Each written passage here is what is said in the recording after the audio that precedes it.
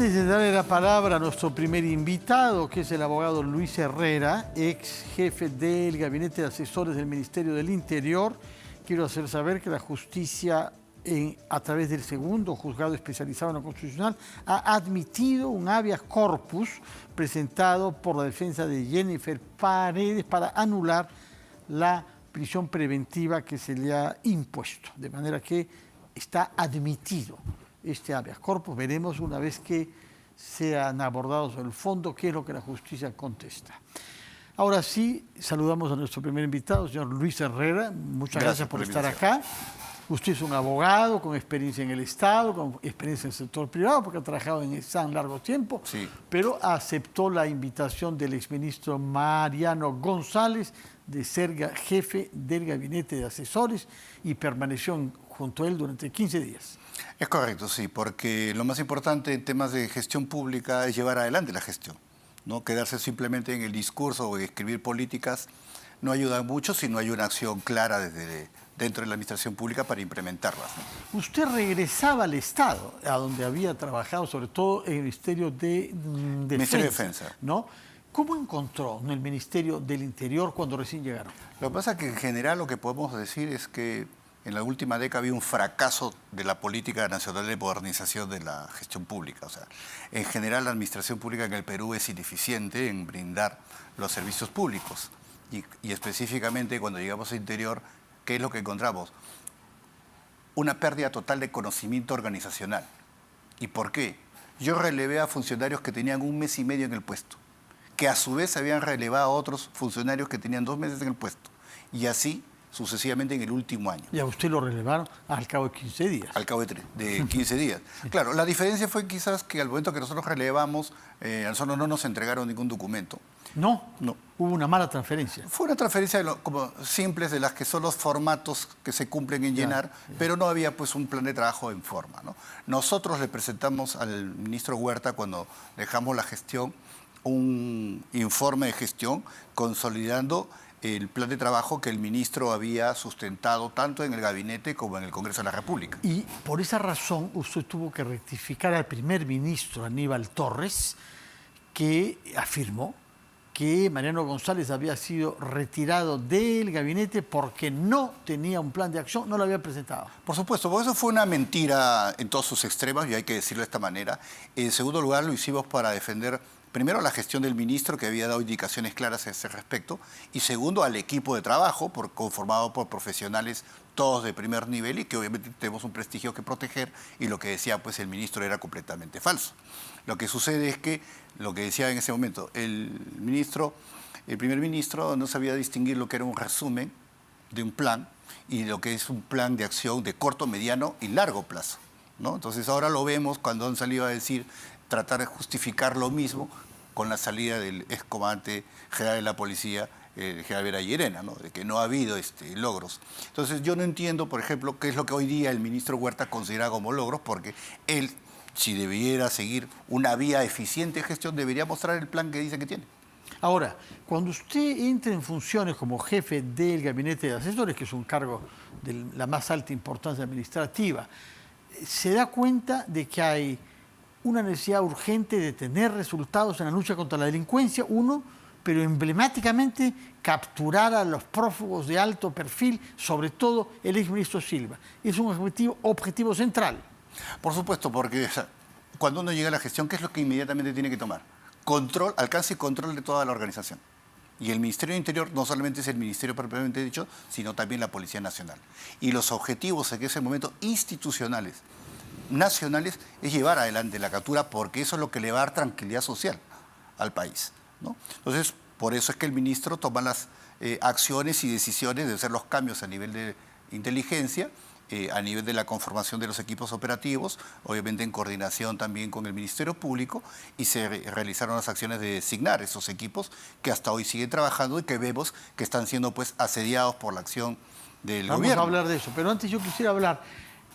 ¿Ustedes pensaron que podían capturar al ministro Silva rápidamente?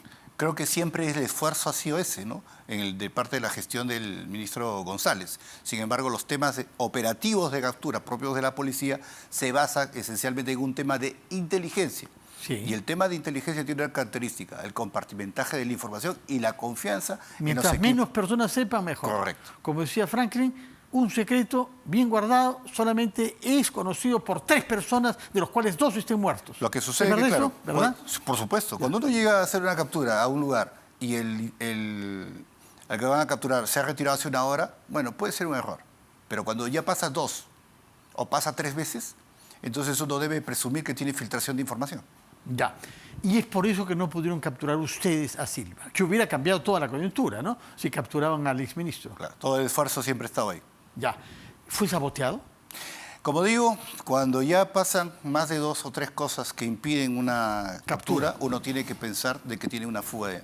Alguien estaba protegiendo a Silva. Correcto. Entonces, el tema ¿Quién está... puede ser ese alguien? Tenemos que quebrar esas protecciones y la única manera de quebrarlo es armando equipos muy pequeños y de mucha confianza. Entonces, a la pregunta, ¿quién? Bueno, pues tiene que ser alguien que está en la línea de comunicación. Si no, no hay forma como se filtre. No quiero preguntarle más, pero imaginamos para no comprometerlo. Pero sí hablemos sobre el tema de fondo político, porque usted contradijo al primer ministro y le mostró que ustedes tenían un plan de seguridad. Díganos una palabra sobre ese plan, porque la verdad es que las cifras siguen empeorando. Correcto. ¿Por qué? Porque el plan tiene 3 ejes puntuales. Un tema normativo, un tema de recursos y un tema de personal. Entonces, en el tema normativo, que la policía ya tiene clarito qué es lo que necesita hacer. Modificar algunos artículos del Código Procesal Penal, porque lo cierto es, hoy día, ¿quién dirige la investigación? La dirige el Ministerio Público. Sí. La policía es un órgano de apoyo. Sí. El gran esfuerzo es devolverle a la policía la capacidad de investigación y los recursos para que pueda investigar. Por ejemplo, hasta ahora la policía no tiene su laboratorio central. El gran esfuerzo, la gran apuesta es implementar el laboratorio central y 8 laboratorios a nivel nacional. Y a nivel de personal, hasta ahora no tenemos la especialización de investigación, se ha perdido en el tiempo. Porque los últimos investigadores que vienen de la Policía de Investigaciones ya son generales en su 3er, 4.º año, ¿no? O sea, ya se pierde ese aprendizaje, no tenemos esa especialización. Pero usted tiene la digamos, sensación de que estamos empeorando en la lucha contra el narcotráfico y el crimen organizado. Estamos empeorando en dos sentidos. Uno, en que estamos perdiendo capacidad operativa, ¿no? Capacidad operativa de poder movilizar la fuerza policial para poder atacar la criminalidad. Y segundo, hemos perdido como Estado y como sociedad la capacidad, la fuerza de morder en contra del delito. Tenemos problemas normativos a nivel, como digo, del Código Procesal Penal, que muchas de las veces es más, permite mayores facilidades para que un delincuente salga libre que para poder es muy garantista, es muy garantista. Pero además hay corrupción. Hay muchos delincuentes que no deberían salir libres, a los cuales se ha capturado difícilmente y en flagrante, y sin embargo salen. La gran variable que cambia todas las cosas en cualquier modelo político es la corrupción. Y la corrupción es histórica. Entonces, ¿cuáles son los modelos justamente para luchar contra la corrupción? Centralizar, comando y control.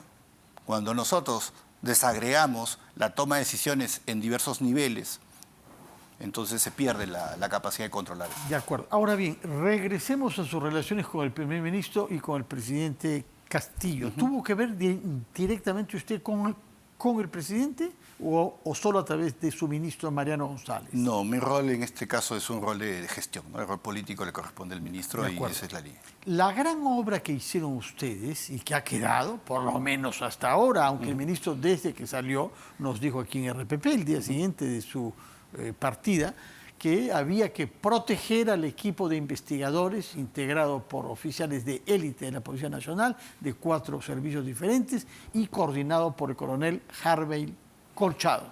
Me consta que hay oficiales generales y oficiales superiores comprometidos absolutamente con el tema de la captura y de los cuales estoy seguro vamos a esperar los mejores resultados. Pero ese es un personal que necesita el apoyo suficiente. Y el apoyo suficiente muchas de las veces es dejarlos trabajar, no interferir con su acción. Porque nuevamente el accionar de inteligencia, y sobre todo en este caso de inteligencia policial, se caracteriza por ese... Ahora, son 4 oficiales de alto grado de la Policía Nacional, pero han sido seleccionados en coordinación con la Fiscalía. ¿Cuál es el estatuto que tienen? ¿Actúan como policías o están al servicio de la Fiscalía? Ojo que son 4 oficiales superiores, ¿Sí? pero también hay equipos. Sí. Porque los oficiales superiores Sí. se organizan en equipos, Sí, sí, ¿no? Para sí. poder llevar a cabo Claro. los operativos. Entonces, el policía siempre es policía.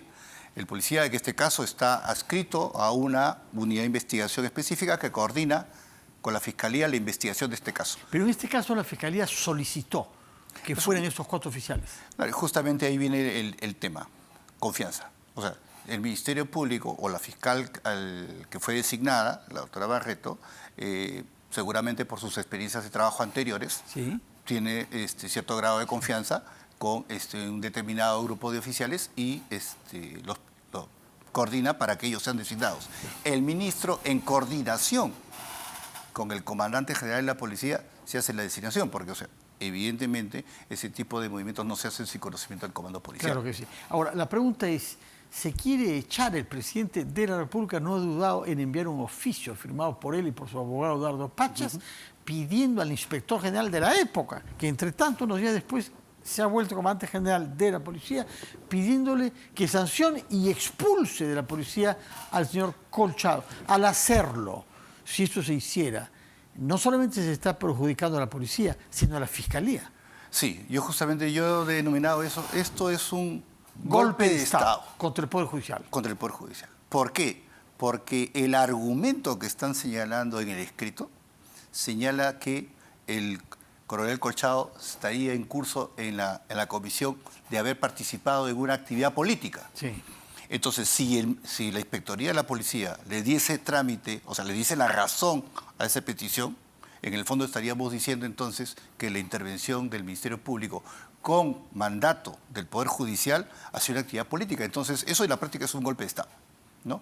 Entonces, yo creo que ahí hay un error. Un golpe de Estado contra un poder del Estado. Contra un poder del Estado. Sí. Entonces, ahí hay 2 grandes problemas adicionales que yo le veo a la defensa del presidente y que creo que ha sido pésimamente orientado. ¿Por qué? En primer lugar, porque acá se define claramente que aquí hay un conflicto de intereses. Sí. ¿Y por qué hay un conflicto de intereses? Primero, el presidente de la República, como jefe supremo de las Fuerzas Armadas y Policía Nacional, coordina directamente y dispone directamente al ministro y al comandante general. El señor Pedro Castillo, como persona natural, está sujeto a investigaciones penales.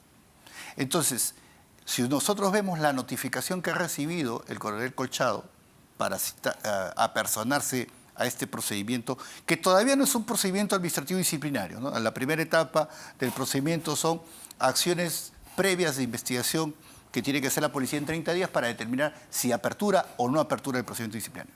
Pero, ¿qué dice la notificación? Apersónese usted ante la denuncia que le ha presentado el presidente de la República. Entonces, esta es una doble función, conflicto de interés. Ahora, pero el conflicto de interés, ojo, que está definido y previsto en el Sistema Nacional de Control. La pregunta que yo le haría a la defensa del presidente es, ¿el presidente de la República ha informado en sus declaraciones de interés que tiene este conflicto? No, al menos en el documento que mandó el inspector general no se menciona. Es una santa paloma que quiere que hayan funcionarios correctos y omite decir que lo que no quiere es que haya el que está coordinando las investigaciones que le conciernen a él y a sus allegados. Pero lo que pasa es que la norma en este caso es bien clara y me refiero a la norma del Sistema Nacional de Control. Acá hay un actor que está guardando un silencio que ya debe de dar la pauta, que es la Contraloría. El Sistema Nacional de Control en sus normas establecen que existe conflicto de interés cuando un funcionario ejerce función realizando actividades que lo beneficien de manera personal. Y esta es una actividad manifiestamente cae en ese esquema, sí. Ahora, normalmente lo que corresponde contra un funcionario, usted es experto en administración pública, debe saberlo bien, lo que corresponde a un funcionario que interfiere con el trabajo de la justicia es suspenderlo. Suspenderlo o inhabilitarlo de 1 a 5 años. Ya. Y ojo que aquí estamos hablando de una situación del funcionario de más alto nivel del país y una de las variables para imposición de la sanción es el nivel de responsabilidad del funcionario. En principio, puesto que ese funcionario, que es el presidente de la República, está siendo investigado y pese a eso interfiere con la justicia que lo investiga, debe ser suspendido. Yo entiendo y defiendo la tesis que la Contraloría General de la República tiene que tomar acción aquí. Pero no es ella la que suspende, ¿no? Lo que pasa, no, la ley del Sistema Nacional de Control es específica. Para el caso de los funcionarios que tienen el tema de protección constitucional, la protección rige solamente para lo que son acciones de su cargo. Pero aquí no estamos hablando de acciones de su cargo, este es un conflicto de intereses. Y el conflicto de intereses, como una sanción muy grave, está sancionada con 1 a 5 años. Entonces, esto es un tema que la Contraloría tiene que Pero accionar. ¿cuál es el procedimiento? ¿Quién solicita al Congreso que reconozca la suspensión? El Contralor. Ajá. El Contralor. El Contralor. ¿No es el Poder Judicial mismo? No. Aquí estamos hablando de un tema que tiene que ver con el Sistema Nacional de Control. Y un segundo punto, que la defensa del presidente ha abierto la puerta sin, creo, saber de qué se trata. Aquí se habla muy fácil de que hay secretos de Estado de la habitación del presidente. Pero el decreto legislativo 1141 del Sistema Nacional de Inteligencia es bien claro en señalar que existe documentación secreta. La documentación secreta por doctrina no se guarda en un dormitorio, se guarda en caja fuerte. Y es más, se lleva un registro de qué persona lo saca y qué persona lo ingresa. Quiere decir que cuando se acusa al coronel Harvey Colchado de haber actuado ilegalmente, y entre otras cosas se argumenta que se ha permitido eventualmente tomar conocimiento de secretos de Estado, se está diciendo una falsedad. Totalmente, porque es más, el artículo 330A del Código Penal establece bien claro que los funcionarios que permitan que información secreta se conozca o se pierda son sujetos de pena. Ya, pero en todo caso, ¿usted cree que la llamada a pronunciarse y a hacer la gestión solicitando la suspensión es la Contraloría General de la República? Por el que lado por el momento se ha quedado callada. Por el lado de lo que es la sanción por conflicto de intereses. Ya. Y por el lado de lo que es el manejo irresponsable de la documentación, la Comisión de Seguridad y Defensa Nacional tendría que estar oficiándole hoy al presidente, al director de la DINI, que informe qué documentación secreta tenía el presidente de la República en su dormitorio. Porque, ¿qué pasa si se ha perdido un documento secreto? Ojo que la característica del documento secreto es que no se puede perder la cadena de custodia. Claro. Entonces, tenerlo en su domicilio atenta contra toda la doctrina del manejo. Hemos visto en los Estados Unidos con Donald Trump exactamente el mismo caso. Doctor Luis Herrera, muchas gracias por estar gracias acá. A usted. Ha sido muy ilustrativo conocer su conocimiento desde dentro de lo que pasó con el ministro Mariano González, pero también su visión del funcionamiento administrativo que lo desplegaba a lo largo de 15 años de carrera en ESAN. Muchas gracias y muy buenos días. Vamos a hacer una pausa, después de la cual entraremos, como cada martes, a nuestro segmento El Poder en tus Manos, y en este caso lo haremos para recibir al candidato a Lima Metropolitana por Renovación Popular, Rafael López Aliaga.